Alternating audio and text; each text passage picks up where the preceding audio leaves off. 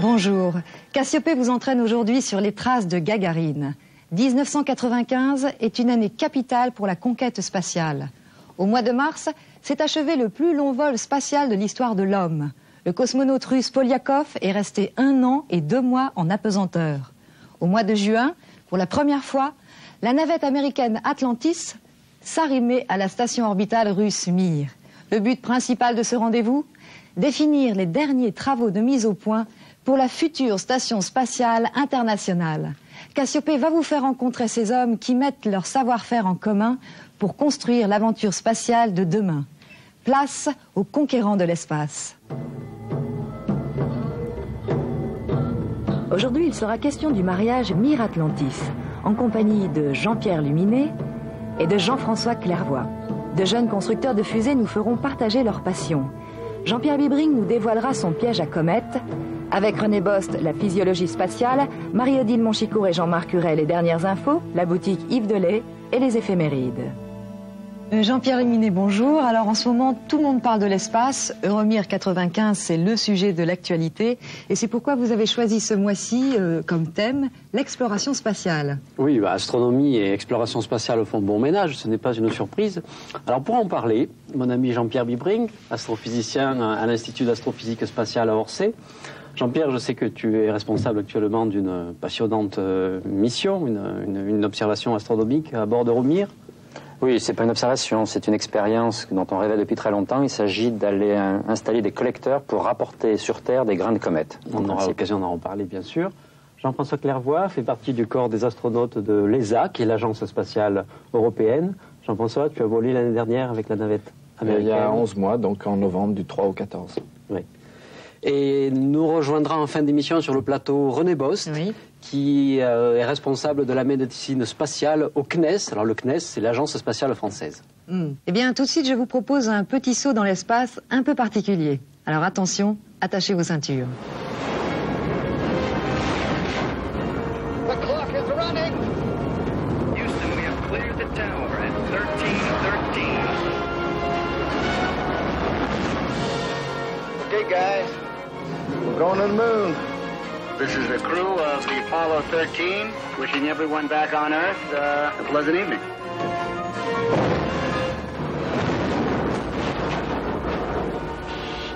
Houston, we have a problem. We got a wicked shimmy up here. Houston, we are venting something out into space. It's definitely a gas of some sort. Like the heart rates are skyrocketing. The Apollo 13 spacecraft is apparently losing breathing oxygen. The emergency has ruled out any chance of a lunar landing. Why are so many people? Something broke on your daddy's. I have a request from the news people. Take it up with my husband. He'll be home on Friday. Flight, we have lost the radio contact. Econ, what's your data telling you? It's reading a quadruple failure. That can't happen. It's got to be instrumentation. The ship's bleeding to death. This rate, we're going to skip right out of the atmosphere, and we're never going to get back. Oh, we're looking at less than 15 minutes of life support in the Odyssey. We never lost an American in space. We're sure as hell not going to lose one on my watch. Odyssey, do you read me? How long does it take to power up the LEM? 3 hours by the checklist. We don't have that much time.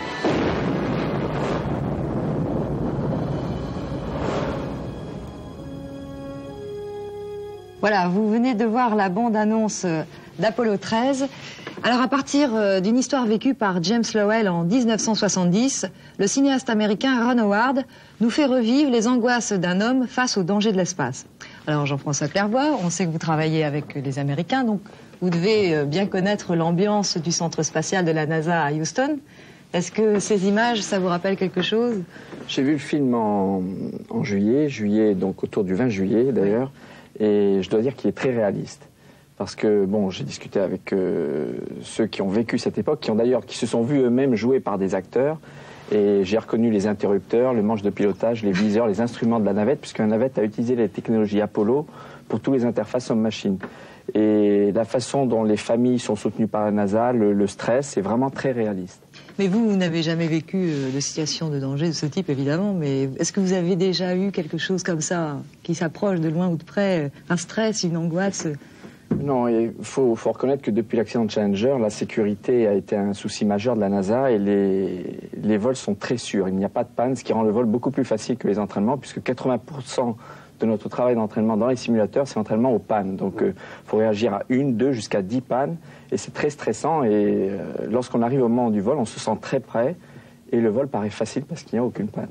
Mais en 70, ils avaient aussi évidemment un entraînement, mais ce type de panne avait été prévu ou pas? Je crois pas. Une panne de pile à combustible, et là ils ont perdu les 3. Donc la panne totale électrique n'était pas prévue, mais la panne électrique est prévue. Même dans la navette, on peut perdre 2 piles à combustible, on peut quand même rentrer sur Terre sain et sauf sans problème, en comptant simplement sur la redondance. Alors que là, ils ont dû faire des réparations à bord pour récupérer un minimum d'énergie pour revenir sur Terre. Jean-Pierre Luminet, ça vous a donné envie d'aller là-haut? J'ai le mal de mer dès que je mets le pied sur un manège, donc j'ai dû y renoncer. Bon, alors donc j'explore l'espace à ma façon, je me console avec les télescopes et les équations, et c'est pas si mal. Et vous aussi, Jean-Pierre Wibring? Oui, j'aurais rêvé d'aller là-haut, c'est sûr. C'est un rêve. C'est un rêve, mais ce n'était qu'un rêve. Apollo 13, c'était donc en 70, 13 ans après le lancement du premier Spoutnik.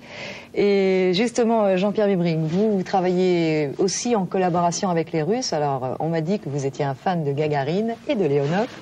Alors, vous allez pouvoir nous répondre à cette question. Pourquoi les Russes ont-ils une station orbitale depuis des années alors que les Américains n'en ont pas? Je ne suis pas sûr d'être la personne la plus compétente pour répondre à ça. Si je coopère avec les Soviétiques et maintenant avec les Russes, c'est que les Russes ont développé un double système depuis le début. C'est vraiment une affaire de stratégie pour eux. Pour ce qui est du monde des planètes, envoyer des robots. Et en fait, si je coopère, c'est essentiellement parce qu'ils envoient des robots sur les planètes et c'est ma raison de vivre. Mais aussi, ils ont toujours eu l'idée que l'homme, un jour, dès qu'il en aura la capacité, domestiquera l'espace proche pour y vivre, pour y travailler, pour y faire des choses utiles à l'homme. Et c'est vrai que c'est réellement une affaire de stratégie. Lorsque Korolev, qui a mis au point, on peut dire, conduit ce programme prodigieux dans les années 50, il avait vraiment cette idée. Il fallait patiemment apprendre à domestiquer, c'est-à-dire premier Spoutnik. Dès qu'on a envoyé le premier Spoutnik en octobre 57, il faut voir un mois après, c'était déjà un animal, la petite chienne Laïka, en novembre de la même année.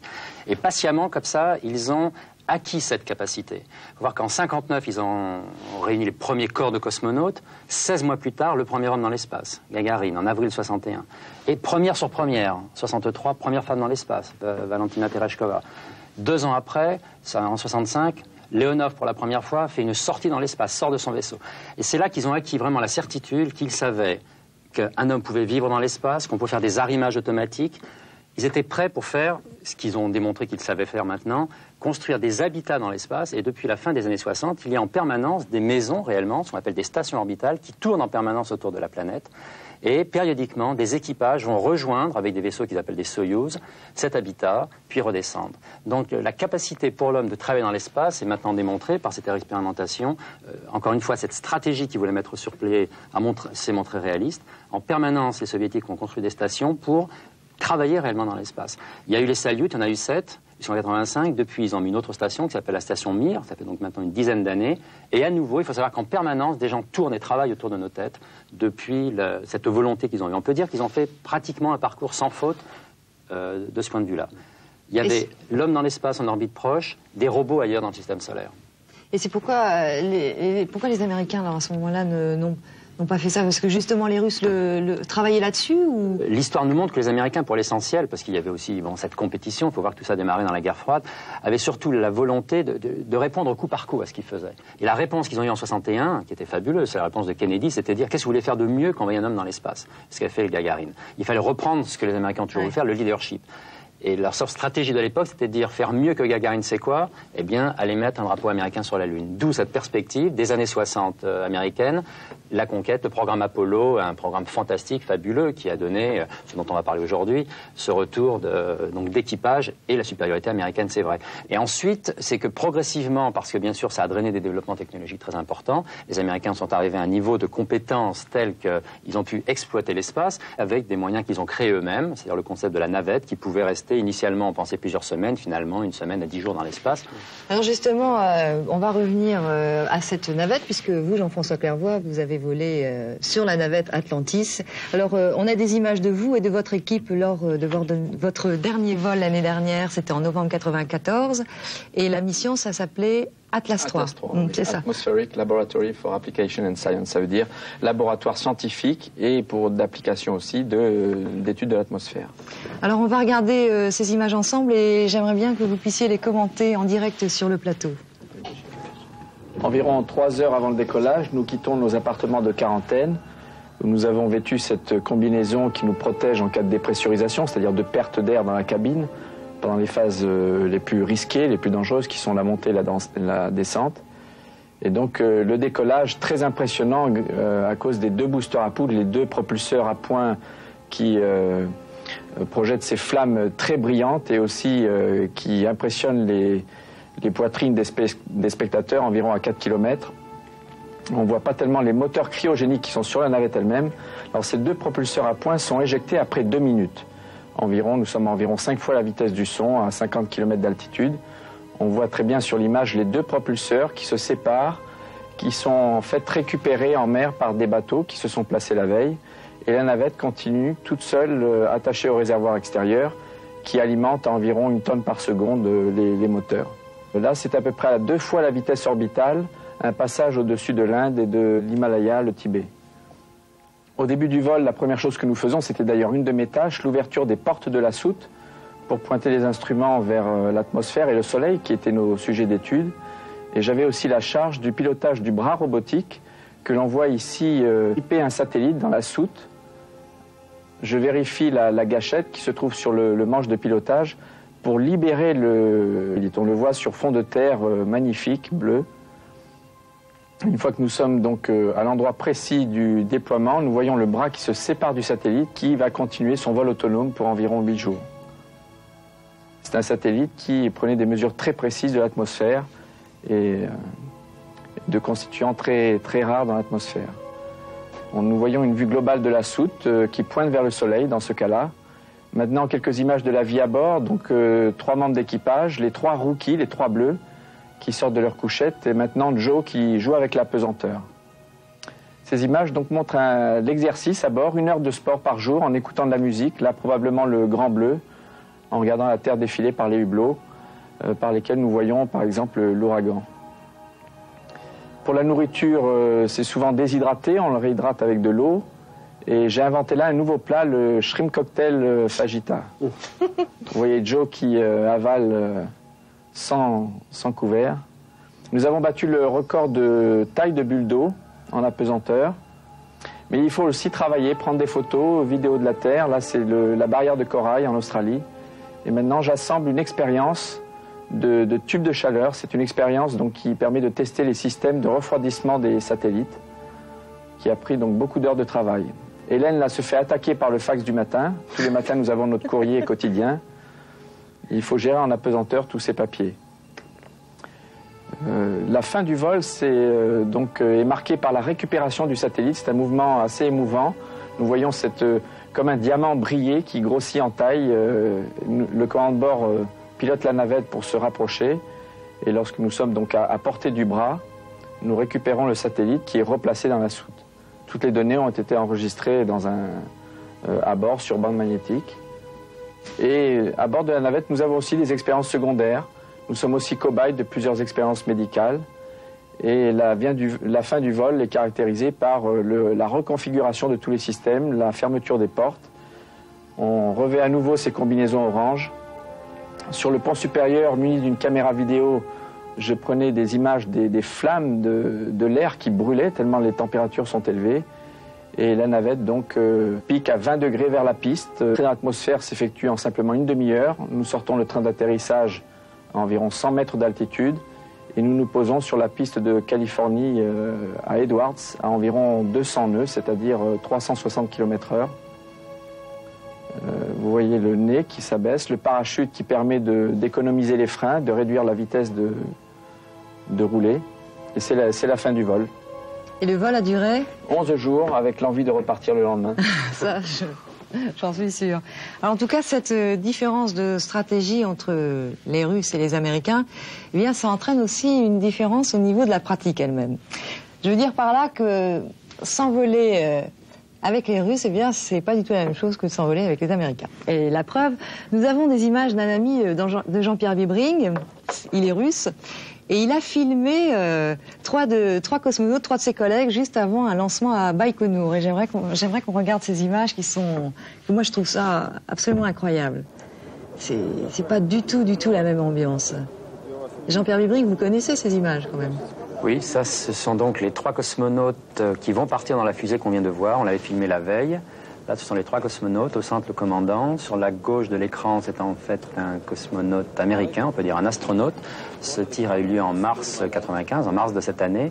Et il faut donner l'année parce que je pense qu'on aurait été en mars 65.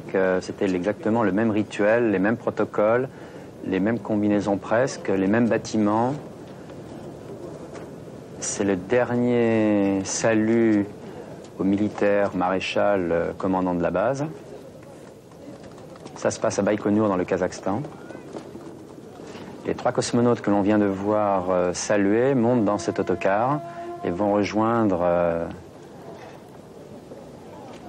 leur base de lancement. Il y a très peu de monde. Qui peut être à plus de 25 à 50 km. Que le Baïkonour est une énorme zone. Et il se trouve que cette fusée-là était relativement proche, mais ça peut être extrêmement loin. Ça a l'air moins solennel que les départs américains. Autre type de solennité. Oui, ici, des traditions sont respectées qui datent du premier tir, je crois, de Gagarine. Et d'ailleurs... Parce que cette façon de se mettre dans les carrés, de saluer les Américains... Aussi, en fait, ils se mettent place sur les carrés pour faire une annonce officielle. C'est l'équipage, le commandant de bord annonce qu'il va de son plein gré prendre place dans la fusée. Donc c'est...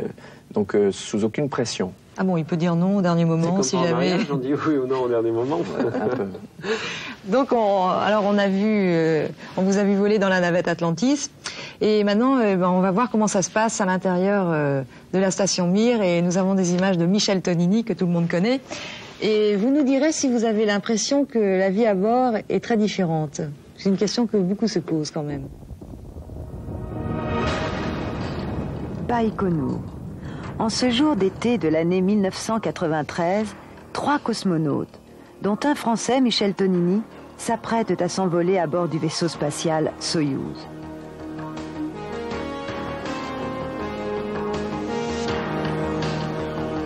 Ils savent alors qu'ils ne pénétreront pas dans la station orbitale Mir, qui se trouve à une altitude d'environ 400 km, avant 24 heures.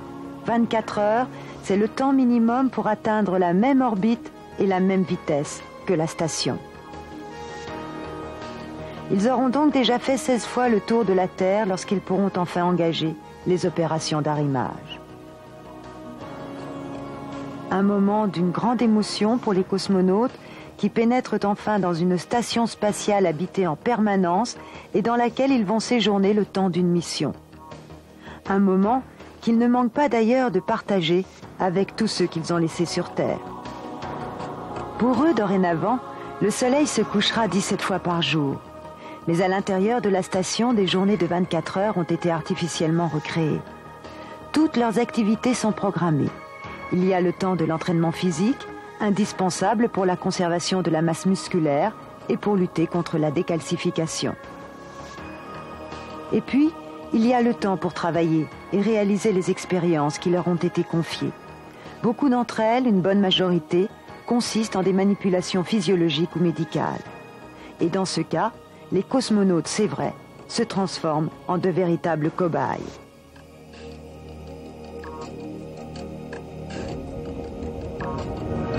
Et puis, bien sûr, il y a les moments de détente et de loisirs. Il y a l'heure des repas, comme à la maison. Tout cela représente un emploi du temps extrêmement précis auquel aucun cosmonaute n'a le droit de se soustraire.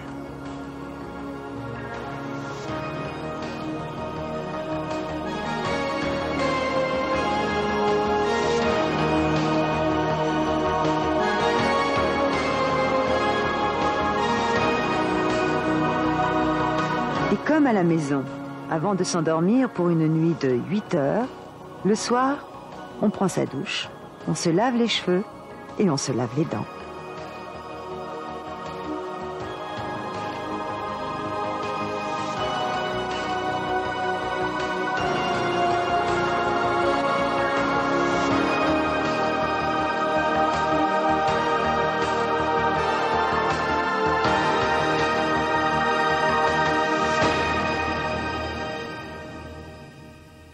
Vous disiez que vous aviez une brosse à dents par jour, vous, alors, sur oui, il y a la des astronautes qui vivent avec une brosse à dents pendant toute la durée du vol, enfin sur les vols de navette qui durent 2 semaines. Et puis moi, mon commandant m'avait conseillé de prendre une brosse à dents par jour pour ne pas avoir à la nettoyer. Et puis il y a des astronautes qui avalent leur dentifrice. Ça j'avais pas envie de le faire, alors je crachais dans une sorte de tissu éponge chaque jour.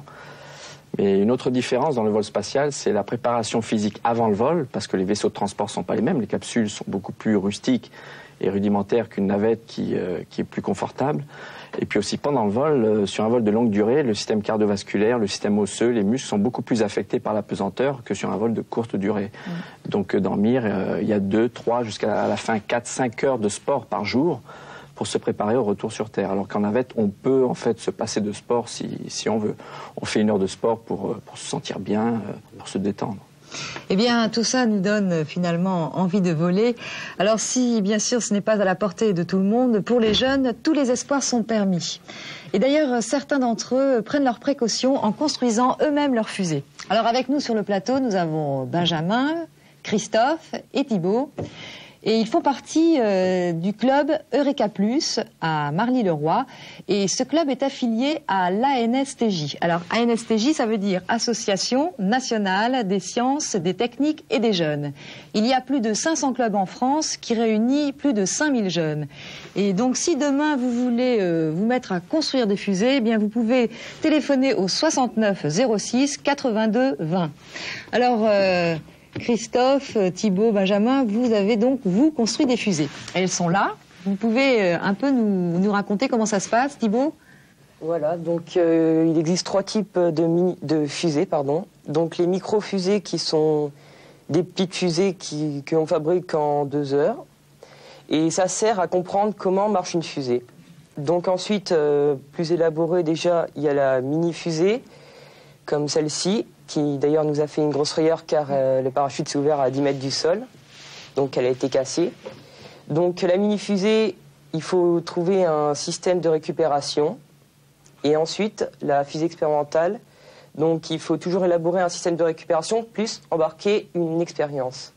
Donc pour cette fusée expérimentale, l'expérience était une mesure de vitesse. Elle s'appelle comment cette fusée ? Elle s'appelle Speed.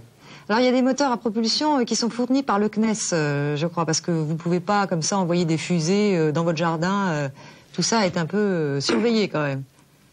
Voilà, donc en fait les propulseurs sont fournis par le Centre national d'études spatiales et donc on ne touche pas la poudre, toutes les mesures de sécurité sont prises. Et Jean-François Clairvaux, vous construisiez des fusées quand vous étiez jeune ? J'étais membre d'un club, le GAREF, le groupe amateur de réalisation et d'études de fusées, il y a 20 ans. Qui a réalisé aussi des grosses fusées qui sont parties à plusieurs dizaines de kilomètres d'altitude. Et Christophe, je crois que tu avais une question à poser, non ? Bah oui. À quel âge avez-vous eu envie de devenir astronaute ? En fait, quand j'étais très jeune, je rêvais au sens propre que je volais dans les étoiles. Et en plus, notre instituteur, je me souviens à l'école, nous disait que adultes, nous pourrions acheter un billet pour aller sur la Lune, comme lui, à l'époque, pouvait acheter un billet pour aller aux États-Unis. Donc j'ai grandi avec l'idée que j'irais dans l'espace sans problème une fois adulte. Et puis après, bon, je me suis aperçu que c'était pas tout à fait vrai, mais j'étais intéressé par l'espace et j'y suis quand même arrivé. Et Benjamin ? Oui, je vous posais, quelles sont les sensations au décollage de la navette ? Eh bien, c'est une concentration sur les tâches importantes à réaliser, surtout en cas d'urgence. En particulier, moi, j'étais dans le pont inférieur et j'avais la charge donc des dispositifs pyrotechniques qui permettent rapidement d'ouvrir la porte pour évacuer en parachute. Mais c'est aussi une certaine sérénité parce qu'on se sent vraiment prêt. On est entraîné à réagir à toutes les pannes.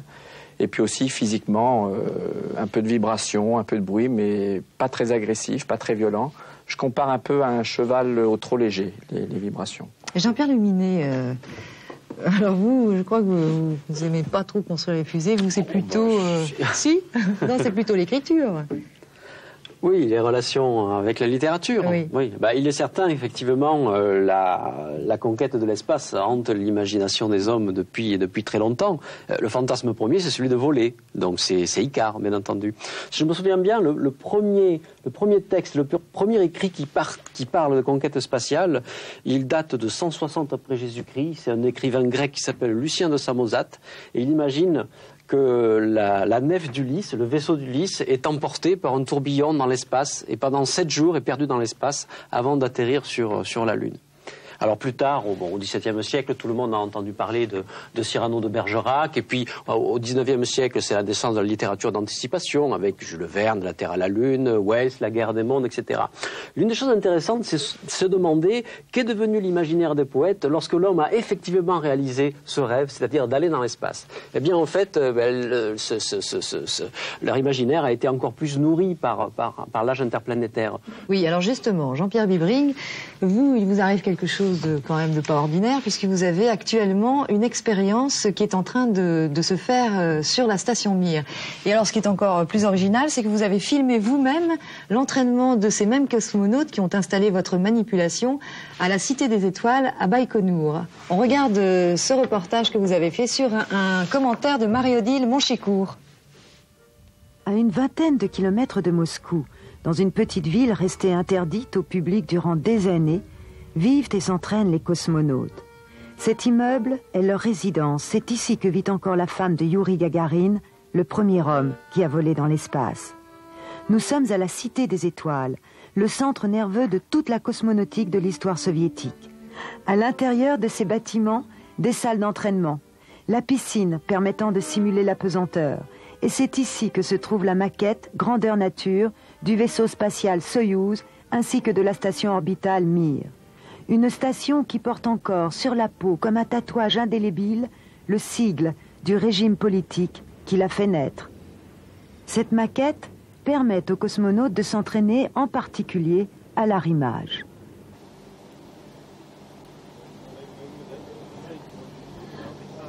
Thomas Reiter est allemand. C'est lui qui, à l'aide de 2 cosmonautes russes, effectuera l'expérience préparée par Jean-Pierre Bibring. À l'intérieur de la maquette Soyouz, un cosmonaute s'entraîne au pilotage du vaisseau. Devant lui, un écran sur lequel il voit la simulation de la station Mir telle qu'elle lui apparaîtra le jour de l'opération.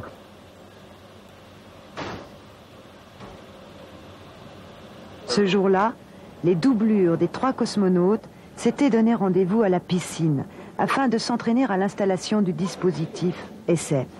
European Space Exposure Facility est en effet le nom donné à l'expérience de Jean-Pierre Bibring. Celle-ci a pour but de ramasser en orbite de la matière extraterrestre. Elle oblige par conséquent les cosmonautes à sortir dans l'espace afin d'installer sur une poutre déjà en place des collecteurs de poussière. Cette matière interplanétaire ne s'est jamais frottée à l'atmosphère. Elle est donc restée intacte depuis la formation du système solaire il y a 4 milliards 600 millions d'années. Elle représente donc un formidable objet d'étude pour un astrophysicien tel que Jean-Pierre.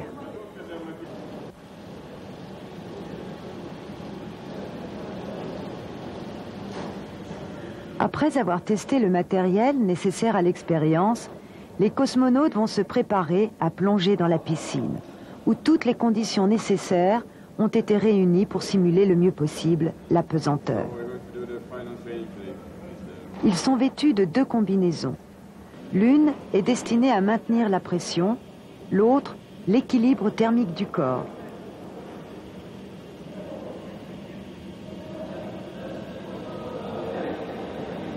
Le scaphandre, quant à lui, est destiné à protéger les hommes des conditions intersidérales, notamment de tous les rayonnements cosmiques extrêmement dangereux. Sur Terre, nous en sommes protégés par la couche atmosphérique.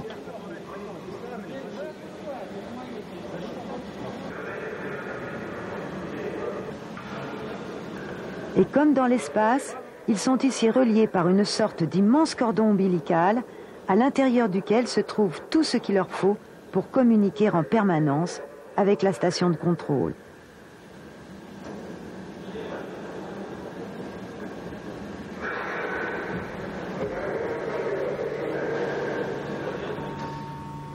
Pour l'instant, le cosmonaute ne flotte pas encore tout à fait librement.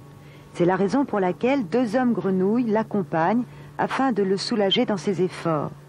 Ce n'est qu'après avoir enlevé quelques-uns des poids disposés dans le dos de son scaphandre que le cosmonaute atteint ce que l'on appelle un équilibre indifférent.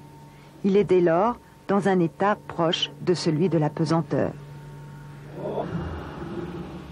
Et c'est ainsi que ces hommes reproduisent ici, geste pour geste, tout ce qu'ils accompliront lors de leur sortie dans l'espace. Ils répéteront exactement le même scénario avec les mêmes crochets qui les tiendront fixés à la station, avec le même sac d'où ils sortiront les mêmes collecteurs. Et ils seront de la même façon contrôlés par les cosmonautes restés dans la station qui communiqueront librement avec eux.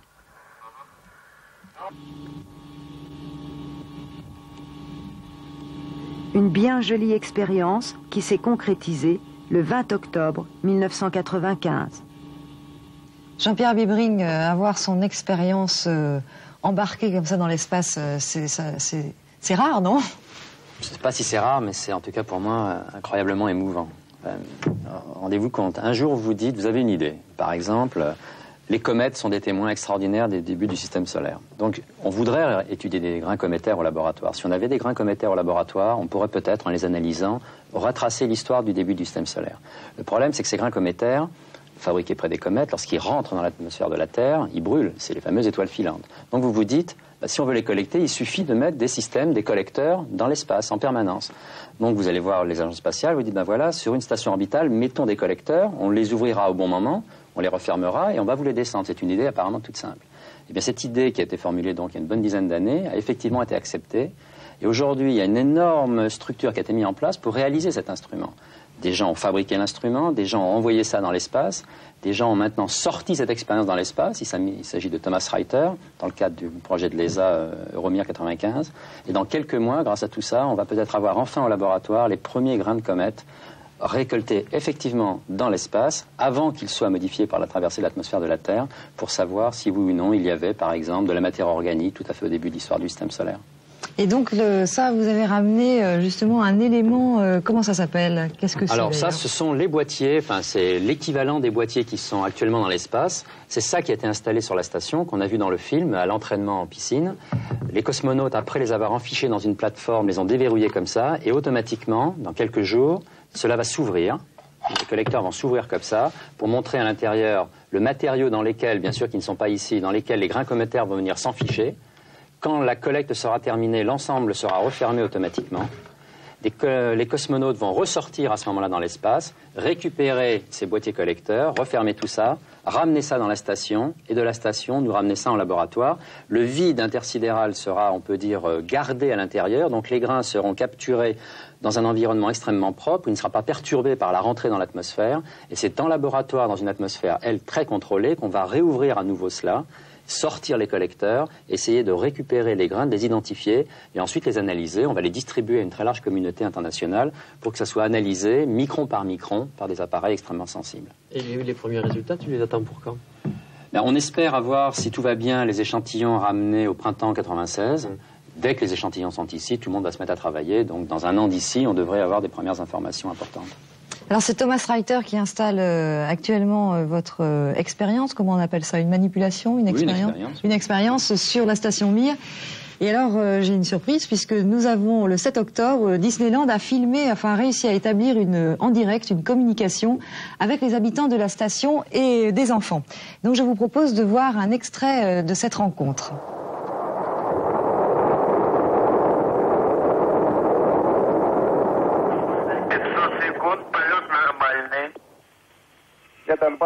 J'ai Anna à côté de moi, de свидания. Вие споменате, че живеете на дълго време в група, в маленьких комнатах. Как ви видя живеете тук? Met each other long time before we got up here, and we have very good relationships. Yuri and Sergei are very nice guys, very calm, and we are trained for this program. Et Jean-François Clairvoy, mais vous aussi, vous avez été amené à faire des expériences scientifiques? Oui, mais malheureusement qu'à l'intérieur de la cabine, ce qui est déjà pas mal, mais chaque vol spatial est l'occasion d'effectuer toute une panoplie d'expériences dites secondaires, qui ne sont pas très importantes ni dans le temps, ni dans l'importance, ni dans le volume, mais qui permettent de ramener quand même des données scientifiques intéressantes pour des médecins, des géologues, des physiciens, des physiologistes. Par exemple, dans notre vol, nous avons fait croître des cristaux de protéines qui sont plus gros et plus purs dans l'espace, et dont on peut plus facilement déduire les médicaments adaptés à diverses maladies. Nous avions 8 rats femelles enceintes dans notre vol. Nous avions des accéléromètres. Nous avions aussi plusieurs expériences médicales pour lesquelles nous sommes tous un peu cobayes dans chaque vol spatial. Et comment ça se passe entre vous? Par exemple, vous êtes astrophysicien, vous allez voir les cosmonautes et vous leur expliquez, vous leur faites un cours? Toute l'astrophysique ne passe pas, bien sûr, par l'intervention d'un astronaute. Il y a aussi, dans l'espace, des expériences qui passent par des robots. Mais lorsque, dans le cas de cette expérience, on a besoin de l'intervention d'un cosmonaute, oui, nous participons à toutes les étapes, depuis l'apprentissage de ce à quoi sert l'expérience, jusqu'à l'apprentissage des gestes que le cosmonaute, effectivement, fera ensuite. Il y a vraiment une interaction extrêmement grande et j'espère que cette interaction d'ailleurs se prolongera au-delà du vol. J'espère que, et on a des expériences dans le passé où les cosmonautes peuvent directement, si ce n'est participer au dépouillement, au moins à l'intérêt de l'expérimentation après. Est-ce que, par exemple, vous demanderiez à un astronaute ou à un cosmonaute d'aller visiter un trou noir? Ah, ben ce serait de très mauvais goût. Parce que les théoriciens des trous noirs savent que n'importe quel objet, un vaisseau spatial ou le corps d'un astronaute serait effroyablement déchiqueté par les forces gravitationnelles terribles au passage d'un trou noir. Non, non, je m'en garderai bien. Bon, alors Jean-François Clairvoy, on ne va pas vous envoyer dans un trou noir, mais c'est vrai qu'on vous demande souvent d'accomplir des prouesses techniques et physiques et tout ça au nom de la science. Et quand vous partez dans l'espace, bien souvent, vous servez de cobaye pour l'exploration du corps humain. Alors, nous avons une surprise pour vous et nous avons invité sur ce plateau un de vos tortionnaires. René Bost, bonjour. Bonjour. Alors, vous êtes directeur du MEDES, qui est une filiale du CNES, qui est le Centre National d'Études Spatiales, et MEDES, ça veut dire médecine et spatiale. Et je dois m'excuser parce je viens de dire que vous étiez un tortionnaire et je me reprends parce que vous n'avez pas du tout la tête d'un tortionnaire. Mais c'est vrai que vous faites subir aux astronautes souvent des épreuves assez difficiles. Alors pourquoi vous leur faites subir tout ça? On leur fait subir pour leur bien. Uniquement. En fait, dans l'espace, les facteurs de l'environnement sont nettement différents de ceux que l'on a au sol. La vie s'est formée dans un champ de gravitant, au fond d'un puits, un jet, comme les astronomes nous disent très souvent, et elle s'est bâtie autour de la verticale, et elle fonctionne en fonction verticale. Aussi, rien d'étonnant lorsqu'on se trouve à bord d'un vaisseau spatial, notre ami Clairvoy Jean-François en a fait l'expérience, toute leur physiologie va se trouver mouvementée, enfin désordonnée, etc. Alors pour les vols courts, ça n'a pas beaucoup d'importance, mais pour les vols longs, c'est tout de même extrêmement préoccupant. Et notre travail, c'est éventuellement, d'une part, d'abord d'étudier les dysfonctionnements qui vont se produire par l'absence de gravité, et puis essayer de bien comprendre les mécanismes qui sous-tendent ces dysfonctionnements et trouver des parades, c'est-à-dire des contre-mesures qui vont servir et qui vont permettre de leur faire passer une vie beaucoup plus agréable. Enfin, si on devait dire en 3 mots notre mission, c'est certainement la sécurité des cosmonautes, leur confort et leur efficacité. Voilà un peu les buts que nous poursuivons également. Et quels sont les plus gros problèmes qu'on a pour vivre dans l'espace actuellement? Les problèmes, ils sont d'abord celui du fait qu'il n'y a pas de gravité, et cela va avoir des répercussions sur 3 systèmes. Je simplifie un petit peu, je caricature. Le premier, c'est tout ce qui résiste à la gravité. Au sol, nous avons été calculés, nous avons un squelette, nous avons du collagène, etc., pour résister à l'écrasement de la gravité. Et le système est tellement bien fait, tellement rodé, qu'on ne se rend pas compte tellement nous sommes bien adaptés à ce système. Donc, dès que l'on va être dans l'espace, eh bien, tout ce système va se trouver perturbé. Alors, ça ne se sent pas immédiatement, mais à la longue, pour les gens qui restent 1 an dans l'espace, il y a un déconditionnement du système osseux et en particulier le remodelage osseux, vous savez, un os ça se renouvelle sans arrêt, va présenter un certain nombre de déficiences et si on ne surveille pas et si on ne prend pas les précautions nécessaires, au bout de 6 mois, l'os ne saura plus se renouveler lui-même dans les conditions de ceux de la gravité. Donc, dès qu'un cosmonaute arrive dans l'espace, il faut se préoccuper de son retour et commencer en fonction de la durée du vol, bien sûr, pour qu'on puisse le récupérer en bonne santé. Ça, c'est le premier point, c'est ce qui résiste à la gravité. Le deuxième, ce sont des systèmes qui, malgré la gravité, lorsqu'on est au sol, véhiculent sur tout le territoire, depuis la pointe des pieds jusqu'à la racine des cheveux, les matières nutritives et évacuent les déchets. Et ça se fait malgré la gravité. Donc, le système cardiovasculaire, dès qu'il arrivera dans l'espace, va se trouver perturbé par le fait que 2 litres de sang qui sont maintenus dans la partie inférieure du corps lorsqu'on est à terre, eh bien, vont shifter vers la partie supérieure et vont amener un certain nombre de malaises. En particulier, je pense que tu as dû sentir un peu la tête un peu gonflée, etc. C'est le syndrome de l'adaptation spatiale. Mais il y a un troisième point également, c'est que au sol, nous utilisons véritablement un sixième sens qu'on n'apprend pas tellement dans l'enseignement, qui est le sens de la verticale. C'est-à-dire que nous avons un référentiel universel qui nous est donné par le système dit autolytique, c'est-à-dire que nous avons des petites concrétions dans la sacule et l'utricule qui permettent à tout moment de mesurer les accélérations.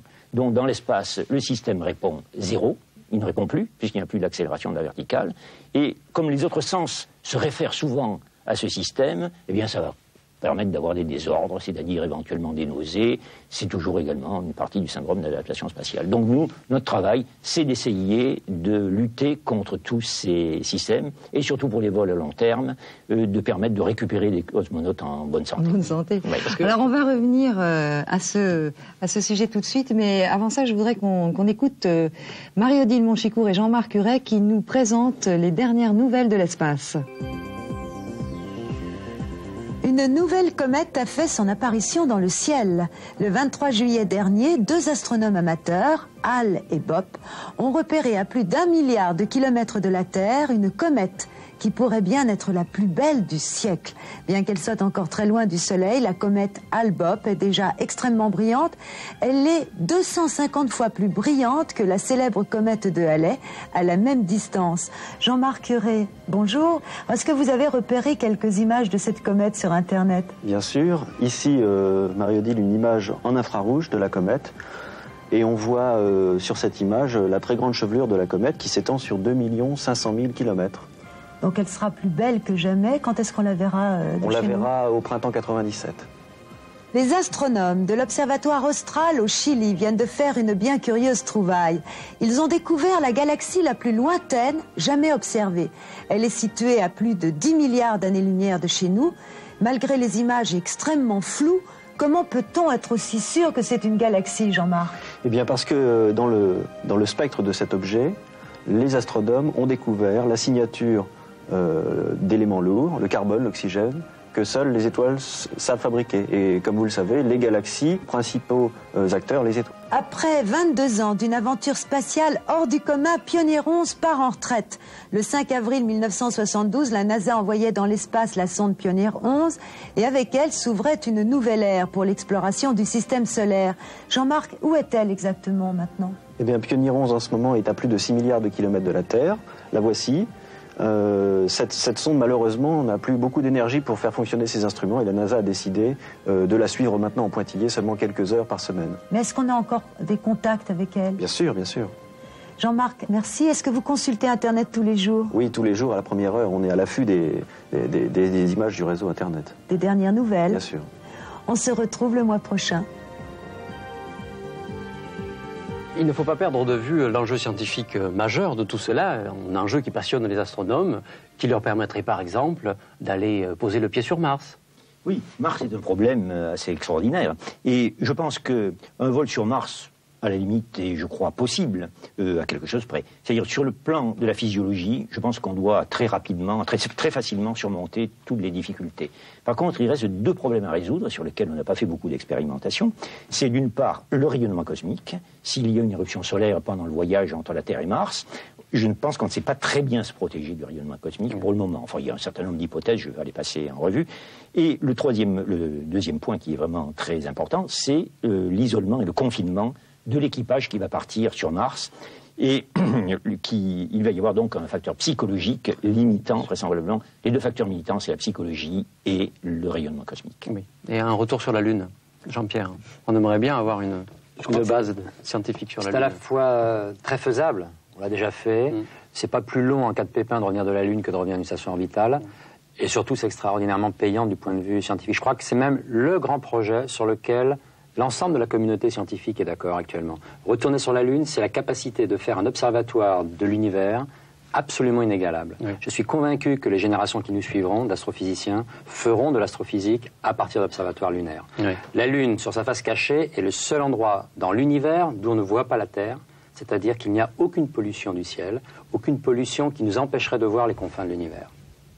Et Jean-François Clairvoy, de votre point de vue, c'est possible comme ça d'habiter, de vivre 3-4 ans dans l'espace sans revenir sur Terre?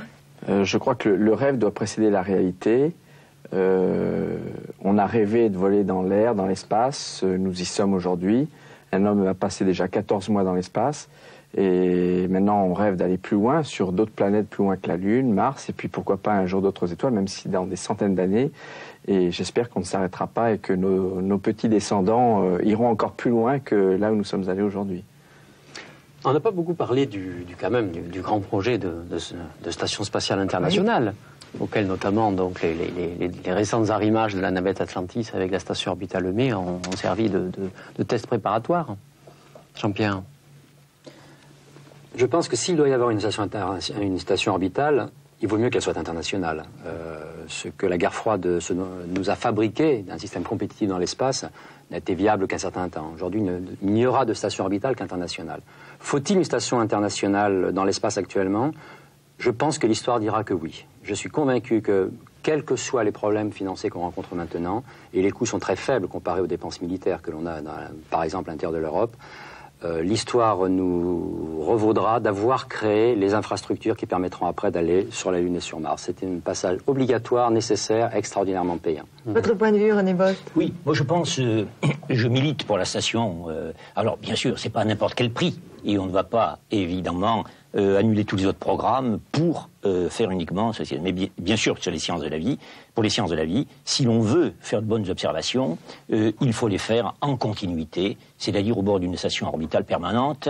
Les gens qui travaillent avec moi demandent cet avènement depuis pratiquement l'origine. Ce n'est pas parce qu'on fait 2 jours d'expérimentation dans l'espace une fois tous les... Enfin, pas 2 jours, enfin un vol tous les 2 ans, que l'on va révolutionner directement la recherche dans ce domaine-là. Donc la station orbitale, c'est quelque chose qui me paraît vraiment très important. Mais Jean-François Clairvoy, vous repartez demain aux États-Unis. Et c'est quand votre prochain vol? Est-ce que vous le savez? Eh bien, j'ai atterri il y a moins d'1 an. En général, les astronautes américains et puis les étrangers qui sont inclus dans les promotions d'astronautes de la NASA volent en moyenne tous les 2 ans. Donc dans les mois qui viennent, je devrais être affecté à une nouvelle mission pour laquelle 10 à 12 mois seront nécessaires à temps plein pour m'y préparer. Bien, je vous remercie beaucoup à vous tous d'être venus sur ce plateau nous faire partager vos passions. Et Jean-Pierre Luminet, eh bien, on vous retrouve le mois prochain. Et avant de se quitter, on fait un petit tour par la boutique de Cassiopée avec Yves Delay. Une paire de jumelles ne sert pas uniquement qu'à observer les oiseaux ou à suivre les courses de chevaux. Vous pouvez également l'utiliser pour observer les étoiles, mais aussi les satellites artificiels et autres stations orbitales qui tournent autour de la Terre. Pour cela, il vous faut une paire de jumelles adaptée, tel le modèle de ce mois-ci, une 750 Pentax. 750, qu'est-ce que ça veut dire?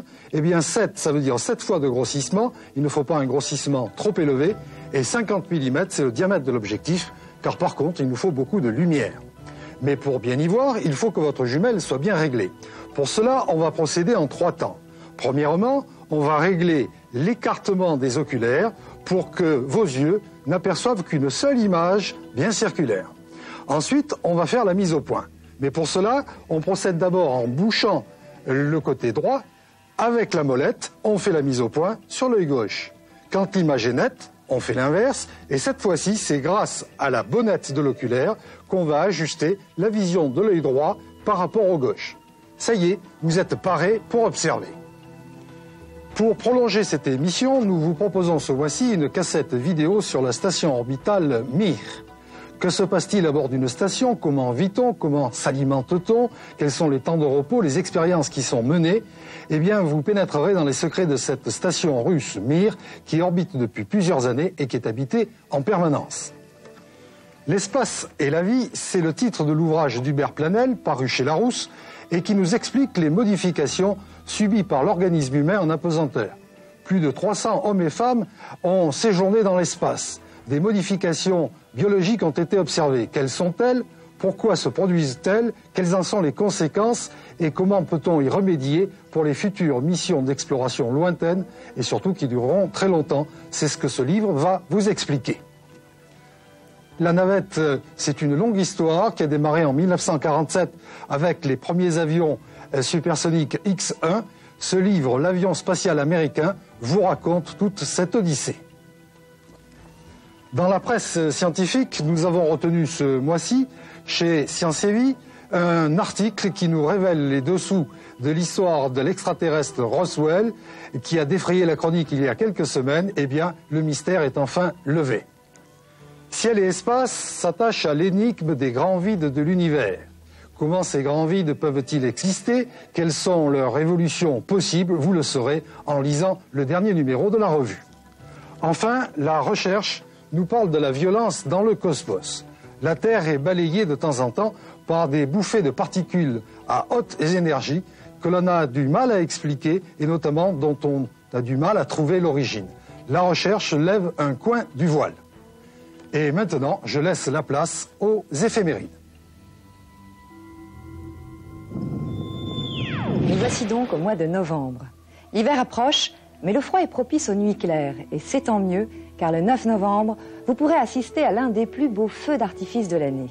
En effet, les Cassiopéides arrivent, et elles sont nombreuses. Vous pourrez donc voir une immense pluie d'étoiles filantes à un rythme de 120 par heure. Elles viendront de la constellation de Cassiopée, et c'est encore une chance, puisque notre constellation fétiche est une des plus faciles à repérer, grâce à ces 5 étoiles disposées en W, en pleine Voie lactée à l'opposé de la Grande Ourse. En regardant la carte du ciel, vous pourrez constater que toute la famille est réunie. En effet, Cassiopée, qui était une reine magnifique, se trouve tout à côté de son mari, le roi Céphée, et de sa fille, Andromède. Et puisque nous parlons d'Andromède, eh bien nous allons nous y arrêter quelques instants, car une superbe observation nous attend au centre de cette constellation. En effet, le mois de novembre est une période particulièrement favorable pour voir la grande galaxie d'Andromède à l'œil nu. Observez-la longtemps dans le silence. Et à l'aide de jumelles, vous pourrez voir une immense tache claire composée de myriades de soleils. Pensez donc, avec ces quelques 300 milliards d'étoiles, la galaxie d'Andromède est plus grande que la nôtre. Sa distance? Eh bien, vous n'allez pas me croire, mais notre voisine n'est qu'à 2 millions d'années-lumière de la nôtre, c'est-à-dire tout à côté. Et le vin, c'est aussi un phénomène exceptionnel que vous pourrez assister. À 18h20, peu de temps après le coucher du soleil, en direction du sud-ouest, Vénus, Jupiter et Mars se trouveront côte à côte. Sans se bousculer, pendant plusieurs jours, elles cohabiteront ensemble dans la constellation d'Ophiuchus. Pour les reconnaître, il suffit de savoir que Vénus, avec une magnitude de -3,7, sera la plus brillante, suivie de près par Jupiter, dont l'éclat sera de -1,4. Quant à Mars, c'est en effet la moins lumineuse, mais tout le monde sait qu'on peut la reconnaître grâce à sa couleur rouge. Et pour finir, voici les phases de la Lune. Le 7 novembre, elle sera pleine. Le 15, vous n'en verrez plus que la moitié, et elle aura complètement disparu le 22. Ce sera donc la nouvelle Lune, et vous pourrez en profiter pour mieux observer Mars et Vénus qui se seront encore rapprochées l'une de l'autre au point qu'elles sembleront se toucher. Et bien voilà, l'émission est terminée, c'est le moment de se quitter. Alors au revoir à vous les habitants de la Voie lactée. Et si avec nous vous avez vécu les vertiges de l'infini, eh bien nous vous donnons rendez-vous dans le prochain numéro de Cassiopée avec le roi du ciel. Je veux parler bien sûr du soleil.